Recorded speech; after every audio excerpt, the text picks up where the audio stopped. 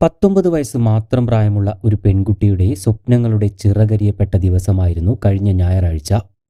ഉച്ചയ്ക്ക് 2:30 മലപ്പുറം വഴിക്കടവ് കെട്ടുങ്ങലിലെ നാട്ടുകാർ അറിയുന്നത് റിഫാദിയമോളുടെ നടുക്കുന്ന മരണവാർത്തയാണ്. ഞായറാഴ്ച ഉച്ചയ്ക്ക് 2 മണിയോടുകൂടി ബന്ധുക്കളോടൊപ്പം വീടിന്റെ മുറ്റത്തിരുന്ന് സംസാരിക്കുകയായിരുന്നു റിഫാദിയ. ചിരിച്ചു കളിച്ച് ബന്ധുക്കളോട് കുശലം പറയുന്നതിനിടെ ഒറ്റ നിമിഷം കൊണ്ട് ആ പെൺകുട്ടിയുടെ സംസാരം നിലയ്ക്കുകയും പൊടുന്നനെ ഇരുന്ന ഇരിപ്പിൽ തന്നെ താഴേക്ക് വീഴുകയുമായിരുന്നു. ഉടൻ തന്നെ ബന്ധുക്കൾ ചേർന്ന് പാലാടിലെ സ്വകാര്യ ആശുപത്രിയിൽ പ്രവേശിപ്പിച്ചുവെങ്കിലും ജീവൻ രക്ഷിക്കാൻ സാധിച്ചില്ല. യാതൊരുവിധ ആരോഗ്യ പ്രശ്നങ്ങളും ഇല്ലാതിരുന്നിട്ടുകൂടി ഈ പെൺകുട്ടിക്ക് എന്താണ് സംഭവിച്ചത് എന്നത് തന്നെയായിരുന്നു എല്ലാവരുടെയും ചോദ്യം. എന്നാൽ സമീപകാലങ്ങളിലായി ഇങ്ങനെയുള്ള മരണങ്ങൾ ആവർത്തിക്കപ്പെട്ടുകൊണ്ടിരിക്കുകയാണ്. ഇത്തരത്തിലുള്ള മരണങ്ങളിലേക്ക് നമ്മുടെ കുട്ടികളെ നയിക്കുന്ന ചില പ്രധാനപ്പെട്ട കാരണങ്ങൾ കൂടി ഈ വീഡിയോയിൽ ഉൾപ്പെടുത്തിയിട്ടുണ്ട്. ഇതുപോലെ പ്രത്യേകിച്ച് രോഗലക്ഷണങ്ങളോ മുന്നറിയിപ്പോ ഒന്നും കൂടാതെ മരണപ്പെടുന്ന കുട്ടികളുടെയും യുവതിയുവാക്കളുടെയും എണ്ണം നമ്മെ ഭയപ്പെടുത്തുന്ന രീതിയിൽ വർദ്ധിച്ചുകൊണ്ടിരിക്കുകയാണ്. ഈ വിഷയവുമായി ബന്ധപ്പെട്ട് ഒരു ശാസ്ത്രീയമായ പഠനം നടത്തേണ്ടത് അത്യാവശ്യമായി വന്നിരിക്കുകയാണ്. പലരും ഇങ്ങനെയുള്ള മരണവാർത്തകൾ കേൾക്കുമ്പോൾ അത് വാക്സിനുമായി ബന്ധപ്പെടുത്തി എഴുതിത്തള്ളാറാണ് പതിവ്. എന്നാൽ മറ്റെന്തെങ്കിലും കാരണമുണ്ടോ എന്നുകൂടി ആളുകൾ ചിന്തിക്കുന്നില്ല.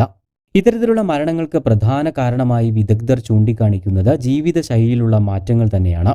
തങ്ങളുടെ മാതാപിതാക്കളിൽ നിന്നും തികച്ചും വ്യത്യസ്തമാണ് ഇന്നത്തെ യുവതലമുറയുടെ ജീവിതശൈലി. സാങ്കേതികവിദ്യയുടെ മുന്നേറ്റത്തിന്റെ ഭാഗമായി ലാപ്ടോപ്പുകൾ, മൊബൈലുകൾ, ടാബുകൾ എന്നിവ പോലുള്ള ഇലക്ട്രോണിക് ഉപകരണങ്ങൾക്ക് മുന്നിലാണ് സദാസമയവും നമ്മുടെ യുവതലമുറ.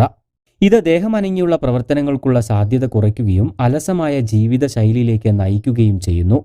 ആവശ്യത്തിനുള്ള വ്യായാമമോ ശാരീരിക അധ്വാനമോ ഇല്ലാത്ത ഈ അവസ്ഥയും ഹൃദ്രോഗ സാധ്യത വർദ്ധിപ്പിക്കാനിടയാക്കുന്നു.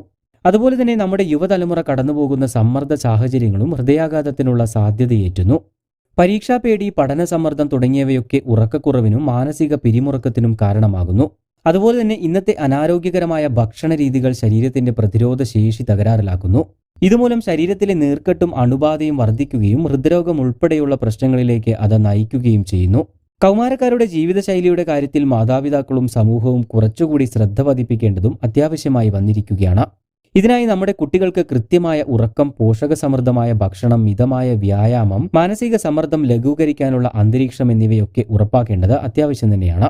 അതുപോലെ തന്നെ നമ്മുടെ യുവതലമുറ യാതൊരുവിധ ലക്ഷണങ്ങളും ഇല്ലെങ്കിൽ പോലും വർഷത്തിൽ ഒരിക്കലെങ്കിലും ആരോഗ്യ പരിശോധനകൾ ഉറപ്പുവരുത്തേണ്ടതും അത്യാവശ്യം തന്നെയാണ്.